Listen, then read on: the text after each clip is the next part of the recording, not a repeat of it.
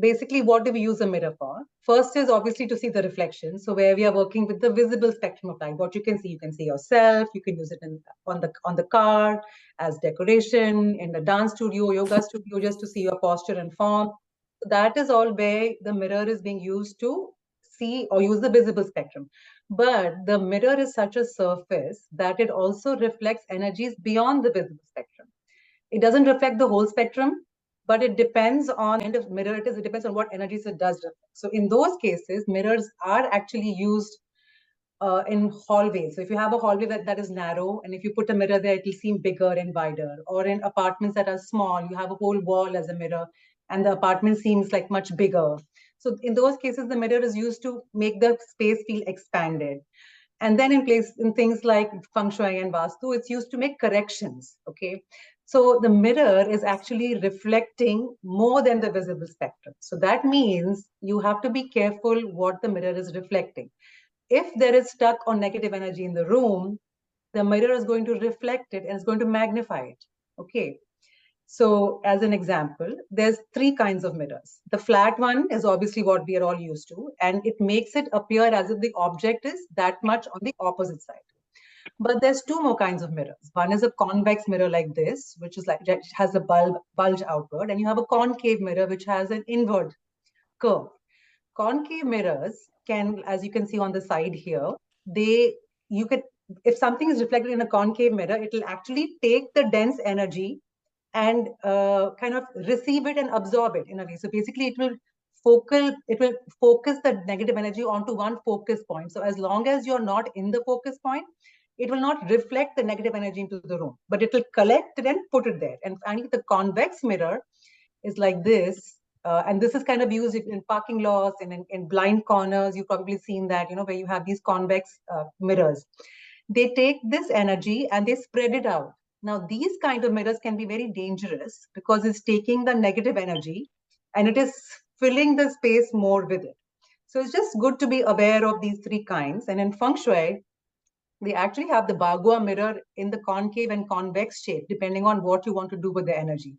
And if a person hangs a convex bagua mirror on their door, the negative energy gets spread out into the environment. So it is good for the house, but not so good for all the other houses around.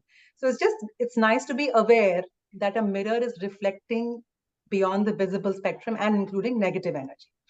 Now when it comes to us looking in the mirror, this is how our auric field is supposed to be. It is supposed to be this beautiful egg-shaped oval and bright with all the rainbow colors inside.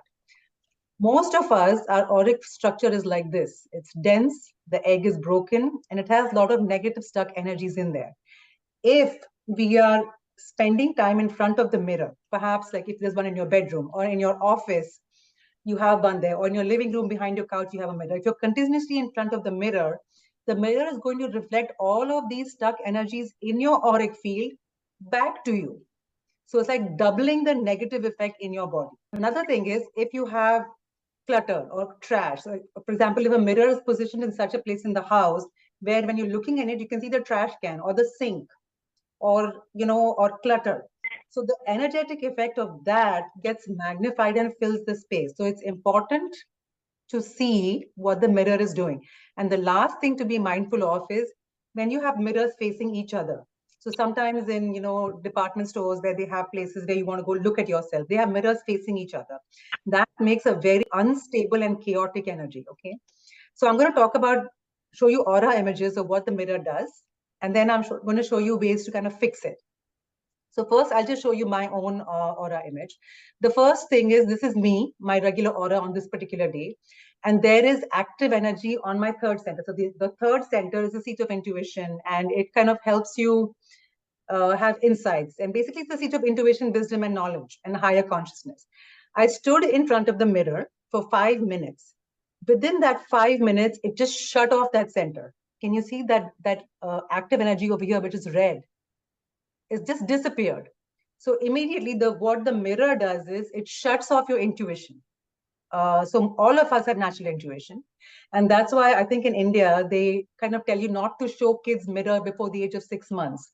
A lot of things happen when you look in the mirror. And one of them is your intuitive, creative, and connection side. Intuition just goes off. Now let's look at what happens to the rest of my field. So this is me. The first column is me without the mirror, my back side, my right side, and my left side. And the second set of images over here is, again, this is with me after standing in front of the mirror for only 5 minutes. I timed myself. The first thing that happened is my auric field originally was pink and yellow and gold and orange and green, which is my typical ones. So the pink is innocence, yellow is very bright intellectual mind, gold is independence and connection to the divine, orange is social. 5 minutes in front of the mirror, the pink just disappears. The auric field just shrunk, especially on the right side. And if you see from the right side, on the right side of my body, there was beautiful gold energy. That gold just disappeared. The left side of the body, not much change happened. Now, depending on the person, the shrinkage of the aura that happens in front of the mirror might be different. For me, it affected my left side. The right side of a person's body basically is their ability to take action in this world. And it's how you project yourself and how people see you. And so all of that for me just shrunk. So it kind of reduced my self-confidence and my ability to take action in the world. Just 5 minutes in front of the mirror, it has such a drastic effect. They said, okay, what happens to plants? So I tried the same thing. So this is what the room looks like. And it has beautiful blue and green and pink. And then I placed a plant in front of in the room. And the plant's aura is nice. It's orange and green and purple. This is a very healthy plant. I placed a mirror in front of the plant, and exactly for 5 minutes, I left it there. Nothing happened. So the plant is able to take whatever the mirror is reflecting and not be basically absorb it and not be affected. And in fact, the mirror actually reflects the plant's positive energy into the room. So there itself is a really nice thing. If you have a mirror, and plants, it's really helpful to have a plant in front of a mirror because it will reflect the energy of the plant into the room. Some positive ways to place mirrors in the house. Definitely hallways, because you're not spending time there. The hallway is very narrow. Placing a mirror there gives the feeling of expansion, so it feels bigger. The second place to place a mirror is near the entrance door, because when you open the door, the energy comes into the house and it'll hit the mirror and it'll magnify and go into the house. These are a few positive placements for the mirrors. And again, if we ask the question, how can I make it better? You can use the same things we spoke about yesterday. You can use plants and flowers and the beeswax candles. If you place it in front of a mirror, it will work like a magnifier and take those positive energies and put it into the room. Now, the next question is, where is it wrong to place a mirror and what harm can it do? So the first thing is, you don't want to be sitting in front of a mirror, either in the gym or in a dance studio or in a yoga studio, or if you have a front door and you open it and the first thing you see is a mirror, that will reflect all the energy, good energy coming into the house right back out. So you definitely don't want a mirror straight from the front door as soon as you come in. Second, you don't want a whole wall full of mirrors. Like if you have an apartment, like a lot of kids nowadays, they moved out and they're living in apartments. Either they have a closet, which is a full mirror, or they'll have a whole wall, which is a full mirror. You just saw in 5 minutes, it shrunk my aura pretty drastically. The other thing that is really harmful is when you have mirrors facing each other. And finally, in the bedroom. So here are 3 scenarios in the bedroom. One, where you have, in the first one, the mirror is placed on the wall, but it's not reflecting the bed, but it's in the room. Second, the mirror is reflecting the bed and it's a movable mirror. And third, is a permanent cabinet and it has a mirror on it. Now, in this case, the mirror is not reflecting the bed. It's okay. It's not a big deal. But if it is reflecting the bed, what happens is when we sleep, our auric field tries to fix itself and we release these negative stuck energy in our auric field when we sleep.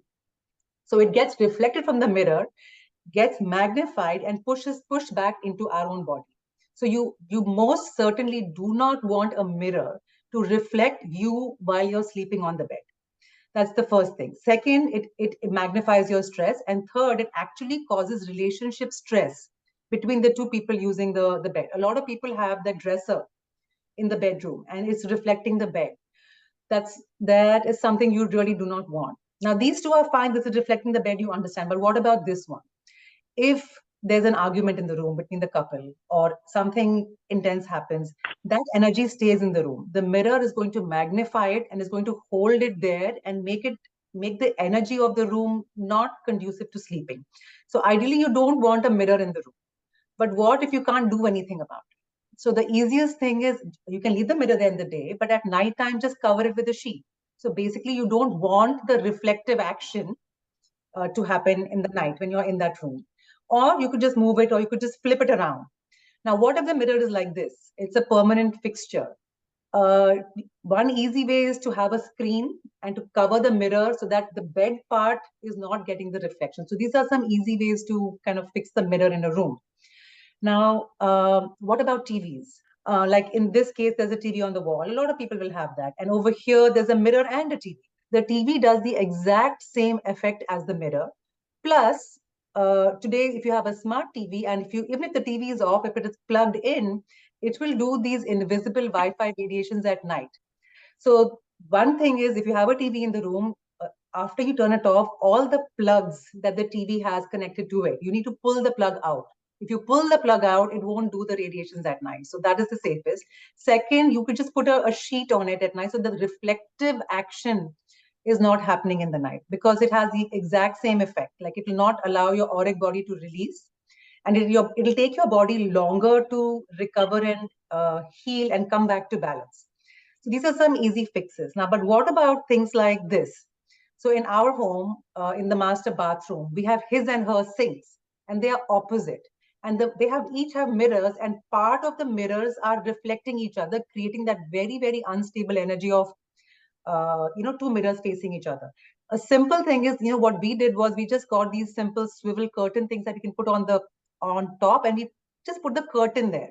So it doesn't look bad, but also the reflection is not happening. So the main thing you want to do is to prevent the reflection. You don't have to change the mirror. You don't have to take it out of the room, but you want to be mindful that there's no reflection happening between two mirrors facing each other. Easy to fix. But what if you have an apartment where the whole wall is a mirror like this? I've seen people where they have autistic kids, or basically kids on the spectrum. And when kids on the spectrum and in front of a mirror, like in a room like this, they really can't handle it. They lose it. They can't control themselves. So there itself, you can see it's affecting our energetic body. Those kids on the spectrum are much more sensitive than we are, but it affects the spectrum very strongly.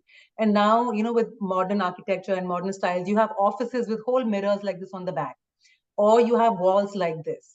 So in places like this, for people, the stress levels get magnified, and you can't control this. This is in the office, or this is, in an apartment. What are you going to do? You can't take out the mirror. You can't even, maybe it's a rented apartment. In such a case, that I tried something. So biogeometry creates a very small tool. It's like a simple L. This L, it uses the energy of the angle. I told you the language of the universal vibration spectrum is angles and ratios and proportions. So this is a 90-degree angle combined with the part of a circle shape, and the proportion of this side to this side is a very specific ratio. So I took a simple L and I put one at the bottom corner of the mirror, as you can see over here, and the second one on the top diagonal corner. And I'm like, okay, the 90-degree L is designed to balance the body's emotional, mental, and vital energy bodies. And it also actually removes electromagnetic fields and geopathic stresses. So I'm like, okay, if I'm going to put this on the mirror, and I'm going to see, I'm a student first. I want to know what it does. Does it even work? I did an experiment to see what it will do on my auric field. So first, as we saw, when there was no mirror, I had the active energy on the third center, which disappeared 5 minutes in front of the mirror. Now, from this state, I added the L and I kept standing in front of the mirror for 5 more minutes. In that 5 minutes, I want you to see that my auric field expanded, and the pink and the yellow got much stronger than what it was before I even started. Look at this first image. The pink is barely on the shoulders here, but it expanded my auric field so that that pink goes almost up to my forehead. The active energy in the brow center came back. So this is from the front. Did it make any changes on the sides? Here, again, the first column is no mirror. The middle is when it's just a regular mirror. And finally, where I've just put this little tiny sticker, it's a plastic sticker really, but the power is in the shape, and you just need to know where to put it. It needs to be just on the mirror surface. And I put that, and I want you to see. So in the first case, if you see my back, so this was me before. This was with just the plain mirror where the entire pink from the right side shrunk. And here it came right back. So it brought my aura back to the absolute normal from the back side. Let's look at the right side. So the right side, to begin with, my aura was gold, and it had shrunk. The entire gold disappeared, but it has started to come back. It didn't come back fully, but it has started to come back. What it did on the left side is incredible. So on the left side, my auric field had not shifted with the mirror. But once I added that biogeometry L to the mirror, it expanded my left side very strongly. So you can see here. So this blue, which was here, is now above my head. So green, orange, green, and gold from my left side again, colors have expanded. So what it did was, it does exactly what it says. So basically it balanced my mental, my emotional, and my subtle bodies. And the left side is the person's intuition and creative side. So just by putting a little energetic effect in the mirror, it actually expanded my intuition and my creativity and all of my feminine aspects of imagination. As a student, I'm just sharing that mirrors have this negative effect on us. We just need to be mindful of where the mirrors are and what they're reflecting on us. If there's a situation where you can't move the mirror, then it's really easy to know that there is a solution. And so basically, biogeometry tools are all designed on just the shape, and they alter the energetic fields in a very positive way. And they are all emitting that gold frequency from the center. So it's a universal donor. It's not doing any particular color. All of these ratios here are designed to emit the gold frequency from the center. So I was like, okay, for my field, it did this. Does it do anything with the plant? Because when I placed the mirror in front of the plant, the mirror had not shifted the plant's aura. What happens if I place the plant in front of this mirror, which has a little L sticker on it? So this was the room with no mirror. And then this was the room. This was the plant with no mirror. This was the plant with just the plain mirror. And when the plant was kept for exactly 5 minutes in front of this mirror with the L sticker, the plant's auric field increased. So it was interesting to see that the green and the orange over here, so the plant has green and orange, that expanded, the orange became so big, and a new energy, pink, came in. So pink is the energy of love and gratitude. I was like, wow. So it makes the plant healthier. And that I could have never imagined. I always thought mirrors are negative, as we learned in Vastu and Feng Shui, they're only to be used to shift energy. So this was an incredible discovery for me, that plants, their auric field increases when you have a mirror like that. So, and good place for using this is in a gym, or if you own a yoga studio or a dance studio, or if you're in an apartment that has a whole wall of mirrors. So many years ago, when I was working with a teacher, she was trying to teach me something about energy. And she told me, okay, she showed me two mirrors. She showed me a circle mirror and she showed me a square mirror. And she said, what do you see? I said, a circle mirror and a square mirror. She's like, no, look at it again and observe carefully what you're doing and tell me what you see. So I looked at the circle mirror. I looked at my reflection, and then I quickly went and said, oh, what a pretty border. And then when I went to the square mirror, I looked at the border, and then I went in and I'm looking at my face. So I told her that. So she's like, what does that mean? So then I realized, so she says that the shape of the circle has the energy of movement. So my eyes never saw my reflection and it didn't stay there. It saw it for a second, but my eyes stayed on the frame. They didn't stay on what was inside the frame. I didn't really see my own reflection. I just saw the frame and I kind of moved on. Compared to the square mirror, where I looked at the border, but I stayed in the center. So basically, she was trying to tell me that shapes have energy. So the energy of the circle is movement and shifting, and it has a spiraling action. Versus a square mirror has a very stabilizing, a square or a rectangle, they have a very stabilizing energy. So what that means is, what I'm trying to tell you, nowadays you have very fancy mirrors. A lot of people like to have circle mirrors like this, or like this, or like this, or like this. They are fine, but it's important to know the mirror is reflecting beyond the visible range, and it is actually reflecting a lot of the negative energies in the environment.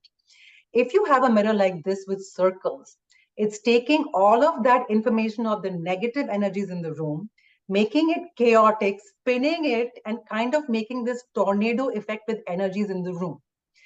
So if you have a mirror like this in your home, I want you to go and pay attention. Where is it? Is it close to the entrance? If it is near the entrance, you want to move it away, maybe to a hallway or to a small section where you don't spend too much time in that. If it's in your living room where you're spending, time with the family, on the energetic level, it is creating a lot of chaos on the emotional and mental subtle body levels of that person. So there's so many styles. Now it really looks pretty, and I'm not denying that it doesn't look stylish and pretty, but at the entrance, if you do want to place a mirror, please just go for the regular, square or rectangle, because it's very stabilizing, very calming energy. Go and see where all the mirrors are in your house. Most of the time we put them and we forget them. Is there a mirror in the bedroom? Is there a mirror that is reflecting each other? Do you have a mirror like this where you're sitting in front of it for hours and hours and hours? That if it is disturbing your energetic field in any way, either you can put plants on it, or you can cover it, or consider moving it to a different place.